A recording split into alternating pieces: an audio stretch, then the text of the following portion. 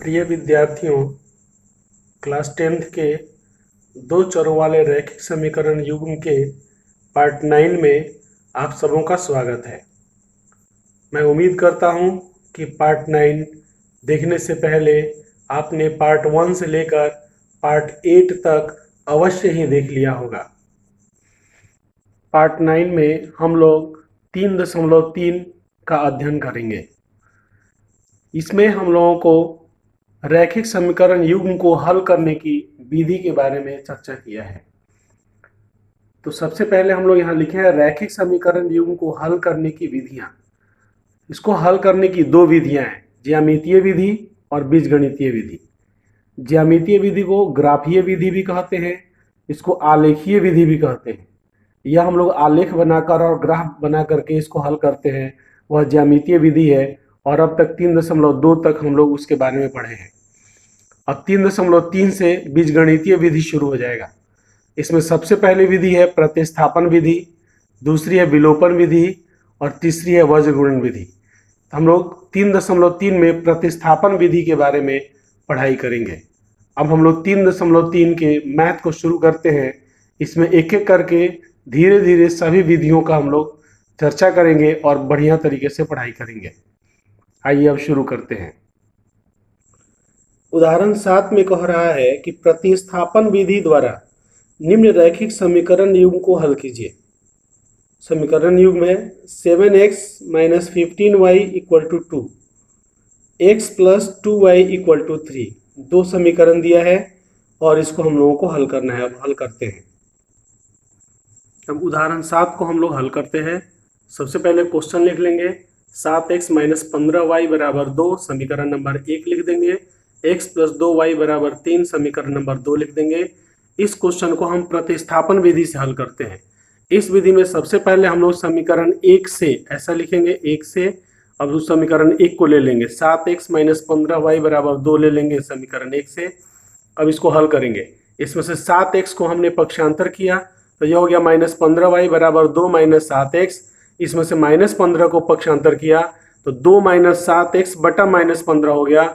अब हम लोग बटा में के माइनस को जब ऊपर भेजते हैं तो -7x है तो यह हो जाएगा +7x, और 2 प्लस में है तो यह हो जाएगा -2। और चूंकि x वाले टर्म को शुरू में लिख देते हैं इसलिए लिख देंगे 7x - 2 बटा 15। यह हो गया हमारा समीकरण नंबर 3। यह विधि है, इसको खूब ध्यान से समझिएगा क्योंकि इसी के आधार पर आपको 3.3 हल करना है। अब हम लोग क्या करेंगे, समीकरण 1 को लेकर के उससे y निकाल दिए। अब हम लोग लिखेंगे कि समीकरण 2 में y का मान रखने पर, तो समीकरण 2 ले लेंगे। यह है x + 2y = 3, तो हम लोग x + 2 और y के जगह पर लिख देंगे 7x - 2 बटा 15। तो उसी तरह हम लोगों ने लिख दिया 7x - 2 बटा 15, कोष्ठ में बंद कर दिए, लिख दिए बराबर 3। अब कोष्ठ के बाहर जो 2 है उससे हम लोग अंदर वाले को गुना करेंगे। तो हम जानते हैं कि यह 2 है, 2 मतलब 2 बटा 1 है, इसलिए अंश को अंश से गुना करेंगे तो हो जाएगा 7 दूना 14x और -2 दूना 4 बटा 15, और x अपने जगह पर रहेगा। तो इस तरह प्राप्त हुआ x + 14x - 4 बटा 15 = 3। अब हम लोग इसको हल करेंगे, बटा का जोड़ करेंगे। तो x जो है वह x बटा 1 है, जोड़ 14x - 4 बटा 15 है, बराबर 3 है। तो हम लोग इसको बटा का जोड़ करेंगे तो यह हो जाएगा 15x + 14x - 4 बटा 15 = 3। तो 15x और 14x को जोड़ देंगे तो हो जाएगा 29x - 4 बटा 15 = 3। अब हम लोग 15 को पक्षांतर करेंगे तो हो जाएगा 29x - 4 = 3 गुना 15, तो हो जाएगा 29x = 45। 3 पर 15 45 हो जाएगा, और -4 को पक्षांतर करेंगे तो +4 हो जाएगा। तो इस तरह हमें प्राप्त हुआ 49। तो 29 को पक्षांतर करेंगे तो हो जाएगा x = 49 बटा 29। यह x का मान प्राप्त हो गया। अब हम लोग लिखेंगे आगे, भाषा लिखेंगे। अब x के मान को समीकरण 3 में रखने पर, तो हम जानते हैं कि हमारा समीकरण 3 है, y = 7x - 2 बटा 15। अब यही इसी में मान रखेंगे। तो हम लोगों ने y ले लिया, 7x जो है तो x की जगह पर 49 बटा 29 लिख देंगे और -2 कर देंगे और बटा 15। ये जो बड़ा वाला जो बटा है इसको ध्यान रखेंगे कि बराबर के सीख में रहना चाहिए। तो 7 को 49 से गुना किया तो 343 बटा 29 प्राप्त हुआ और -2 हो गया बटा 15 हो गया। फिर हम लोग 343/29 माइनस 2 को बटा का घटाव करेंगे तो यह प्राप्त हुआ 343 माइनस 58/29 और सबका बटा 15। फिर हम लोग 343 में से 58 को घटाएंगे तो 285/29 हो गया और सबका बटा हो गया 15। अब हम लोग क्या करेंगे, 15 जो है वह 15/1 है और बटा का मतलब भागा होता है, तो भागा को गुना में बदल देंगे और 15/1 को पलट देंगे तो 1/15 प्राप्त होगा। तो इसको हम लोग हल करेंगे तो हो जाएगा 285/29 गुना 1/15। 15 से 285 को काटेंगे तो 19 प्राप्त होगा। इस प्रकार हमें 19/29 प्राप्त हुआ। यह हमारा y का मान हो गया। अब लास्ट में हम लोग निचोड़ लिखेंगे कि x बराबर 49/29 कॉमा y बराबर 19/29, यही हमारा आंसर है। इस प्रकार उदाहरण 7 हल हो गया। अब हम लोग उदाहरण 8 पढ़ेंगे। इसमें लिखा है कि प्रश्नावली 3.1 के प्रश्न संख्या 1 को प्रतिस्थापन विधि से हल कीजिए। तो हम लोग प्रश्नावली 3.1 के प्रश्न संख्या 1 को समझेंगे।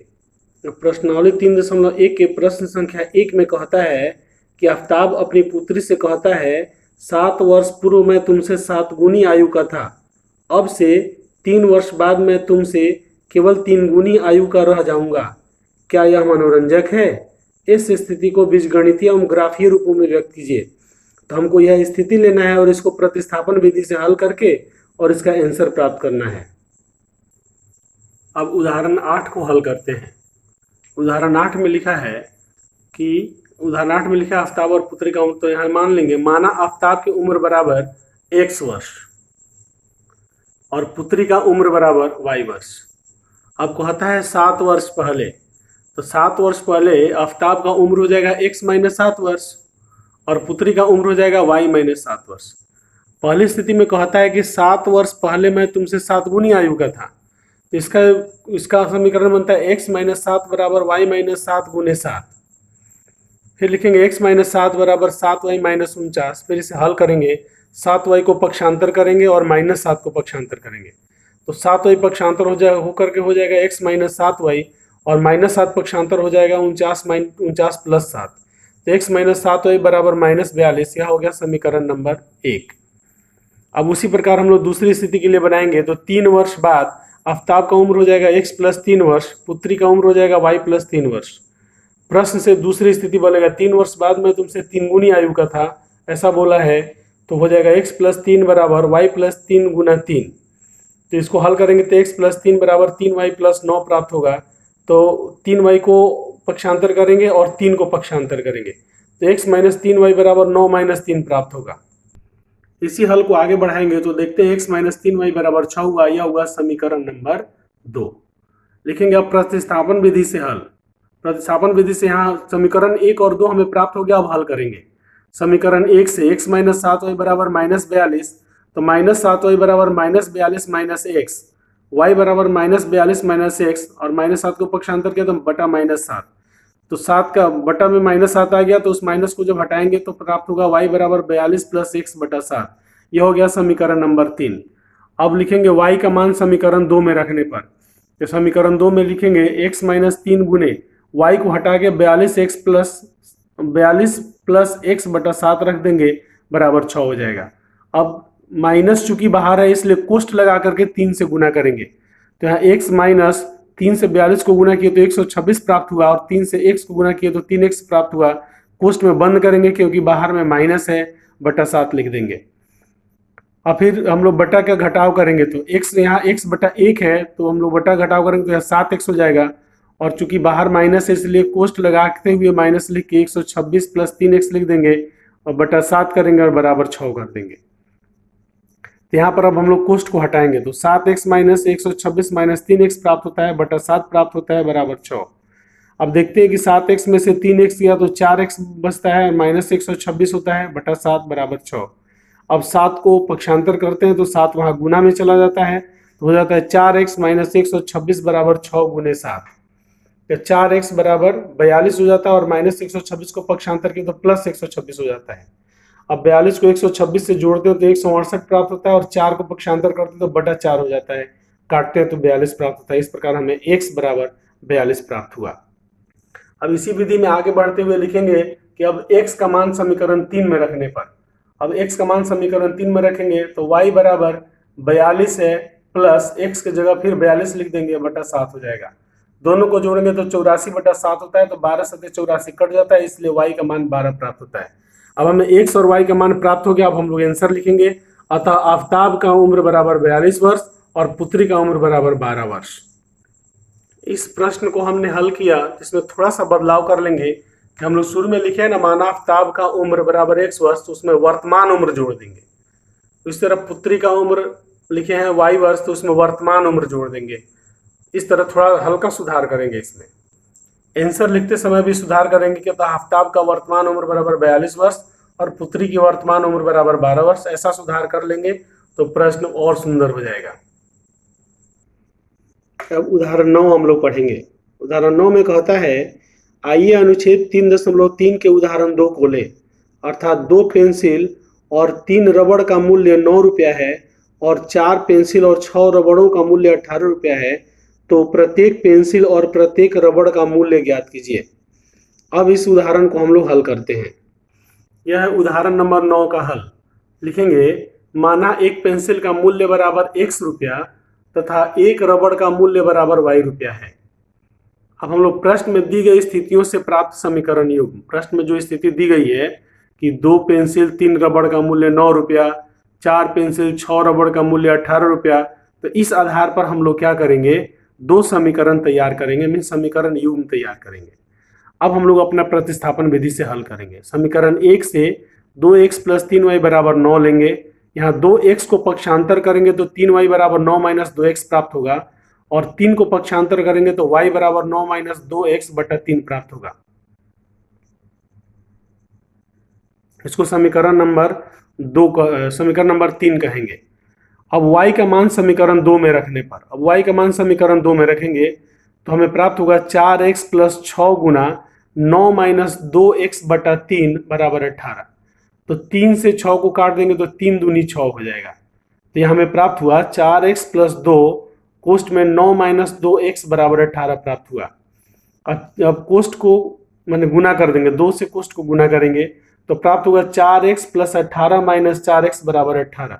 तो 4x से 4x कट गया, अब हमारा आंसर बच गया 18 बराबर 18। तो हम लोग लिखेंगे यहाँ पर, चूंकि देखिए यहाँ हमारा प्रतिस्थापन विधि का जो हल करने का तरीका यहाँ डिस्टर्ब हो रहा है, तो ऐसी स्थिति आने पर हम देखेंगे कि क्या दो बराबर के दोनों पक्ष बराबर हैं। यहाँ लिखेंगे यह कथन सत्य है, क्योंकि 18 18 के बराबर होता है, तो यह कथन सत्य है। जब ऐसी स्थिति आती है तब लिखेंगे कि ऐसी स्थिति तभी आती है जब दोनों समीकरण एक ही हो, दोनों एक ही प्रकार के समीकरण होते हैं, आश्रित समीकरण होते हैं, एक जैसे समीकरण होते हैं, तभी ऐसी स्थिति आती है। यह बात हम लिखेंगे, तब लिखेंगे कि ऐसी स्थिति आने पर समीकरण युग्म के अनेक हल होते हैं। यहाँ लिखेंगे अतः समीकरण युग्म के अनेक हल हैं, यही हमारा आंसर होगा। यह होगा उदाहरण 9 का हल। अब हम लोग उदाहरण 10 देखते हैं। उदाहरण 10 में लिखा है, आइए अनुच्छेद 3.2 का उदाहरण 3 ले। क्या रेल पटरियां एक दूसरे को काटेंगी? प्रश्न के आधार पर जो अनुच्छेद दिया है उस अनुच्छेद में हम देखते हैं तो हम पाते हैं कि प्रश्न से प्राप्त समीकरण युग्म हमें x प्लस 2y माइनस 4 बराबर 0, इसे समीकरण नंबर 1 कहेंगे, और 2x प्लस 4y माइनस 12 बराबर 0, इसे समीकरण नंबर 2 कहेंगे। ये दोनों समीकरण हमें प्राप्त होते हैं उस अनुच्छेद को देखने पर। अब हम लोग यहाँ से हल शुरू करेंगे तो समीकरण 1 लेंगे, इसमें x प्लस 2y माइनस 4 बराबर 0 है, माइनस 4 को पक्षांतर करेंगे तो हो जाएगा x प्लस 2y बराबर 4, और x को पक्षांतर करेंगे तो 2y बराबर 4 माइनस x हो जाएगा। अब 2 को पक्षांतर करेंगे तो y बराबर 4 माइनस x बटा 2 प्राप्त होगा। इसे समीकरण नंबर 3 लिख देंगे। लिखेंगे समीकरण 2 में y का मान रखने पर, समीकरण 2 में y का मान रखेंगे तो 2x प्लस 4y है, तो y को हटा के y का मान रख देंगे, 4 माइनस x बटा 2 रख देंगे और माइनस 12 बराबर 0 लिख देंगे। तो 2 दूनी 4 कट जाएगा, तो हमें प्राप्त होगा 2x प्लस 2 कोष्ठ में 4 माइनस x माइनस 12 बराबर 0। अब इसको हम लोग हल करते हैं तो 2x प्लस 2 चौका 8 माइनस 2x हो जाएगा, माइनस 12 बराबर 0। तो 2x माइनस 2x से प्लस 2x कट जाएगा, तो बचेगा 8 माइनस 12 बराबर 0। माइनस 12 को पक्षांतर करते हैं तो हमें पता चलता है 8 बराबर 12 हो गया। हम यहाँ देखते हैं कि यह कथन असत्य है, क्योंकि कभी भी 8 12 के बराबर नहीं होता है, इसलिए यह कथन असत्य है। यह आगे लिखेंगे, यह स्थिति तभी प्राप्त होती है जब दोनों समीकरण विरोधी समीकरण होते हैं। जब दोनों विरोधी समीकरण होंगे तभी असत्य कथन प्राप्त होगा। तो हम लोग लिखेंगे, हम जानते हैं कि विरोधी समीकरण युग्म का कोई हल नहीं होता है, इसका ग्राफ समांतर होता है, हम इस बात को जानते हैं, इसलिए लिख देंगे होता है इस समीकरण युग्म का कोई हल नहीं है। यही इसका आंसर होगा। आपका बहुत बहुत धन्यवाद। हमारे सभी वीडियोस प्राप्त करने के लिए हमारे चैनल को अवश्य सब्सक्राइब करें और उसके बगल में दिए गए बेल की घंटी को जरूर बजाएं।